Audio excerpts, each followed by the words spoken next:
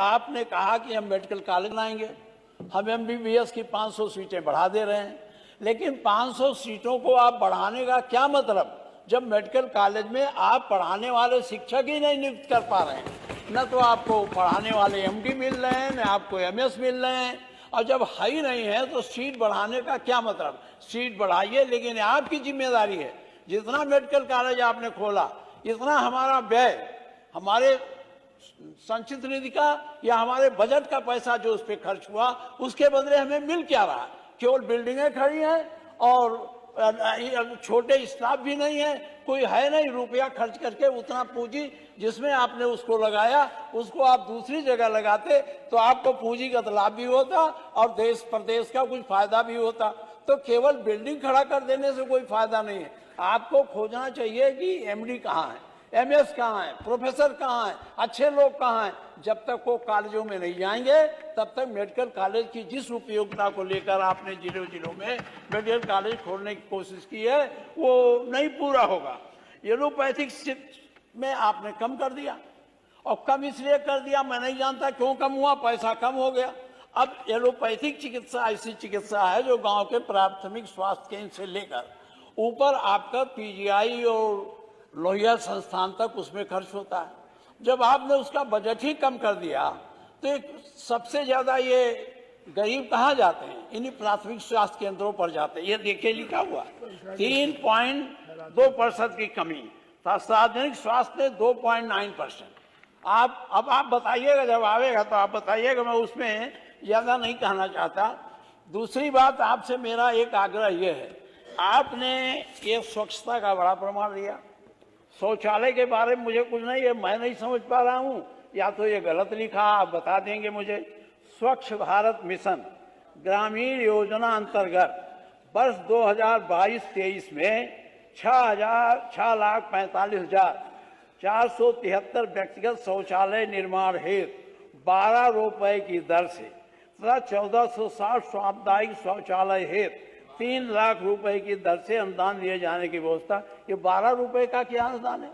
Misprint है। इसको माननीय मंत्री जी ने उसी दिन बोलते समय ही इसको क्लियर कर दिया, क्लियर कर दिया। तो इसको देखना चाहिए था पहले, जब आपके पास आया था, पढ़ने पढ़ लिए होते, इसको चेंज करा दिए होते। दूसरी बात मुझे ये कहना है, ग्रामीण शौचालय माननीय बजट जब पास होता है और जब निचले स्तर पर जाता है तो बहुत भ्रष्टाचार का शिकार हो जाता है। आपकी जिम्मेदारी ये भी है कि बजट को सही ढंग से आप खर्च कराना। आपने शौचालय के लिए 12-12 हजार रुपया दिया, 12 हजार में कोई शौचालय बन नहीं सकता। दबाव डालकर सचिव ने प्रधानों से कहा बनाओ, और उसमें भी घपला हुआ, और उस घपले का परिणाम हुआ कि शौचालय बने नहीं। मैं खुद अपने क्षेत्र में एक गांव में गया था, 111 आदमी खड़े हो गए कि साहब मेरे नाम पर शौचालय का पैसा निकला है और हम शौचालय नहीं बनाए, ना हमने रुपया लिया। हमने लिखकर एफिडेविट के साथ डीपीआरओ को दिया, इसकी जांच कराओ। अब आपके लोग उसका जांचें नहीं होने देते हैं, जब जांच अधिकारी जाता है तो पहुंच जाते हैं। ये भी एक नई ट्रेंड बन गई है। पहले साहब आप भी थे, हम भी थे इस सदन में बहुत दिनों से, कभी ये नहीं होता था कि पार्टी स्तर पर किसी जांच को रोकने की कोशिश की जाए निचले स्तर पर, या अधिकारियों को धमकाया जाए इस तरह की जांच न करो। तो ये काम भ्रष्टाचार के आपको रोकने का भी प्रयास करना चाहिए कि रुपया आप दे रहे हैं, आपने लिख दिया हमारा जिला ओडीएफ है।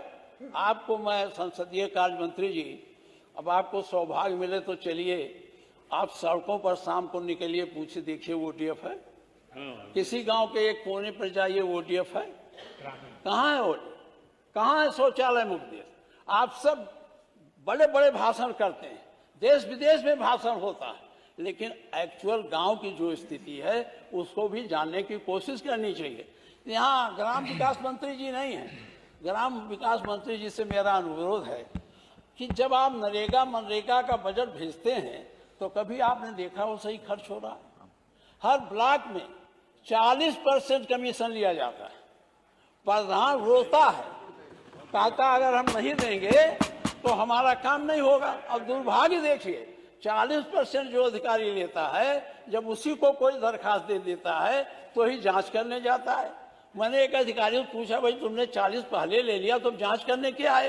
कहे साहब अब जांच क्या करेंगे, वैसे कुछ लिखना पड़ेगा ही मुझे, मैं आया हूं। तो इसको भी देखना चाहिए आपको, ये पैसा सही खर्च हो रहा नहीं, उसकी गुणवत्ता है कि नहीं है। अगर ये गुणवत्ता नहीं है तो पैसा कहाँ जा रहा है?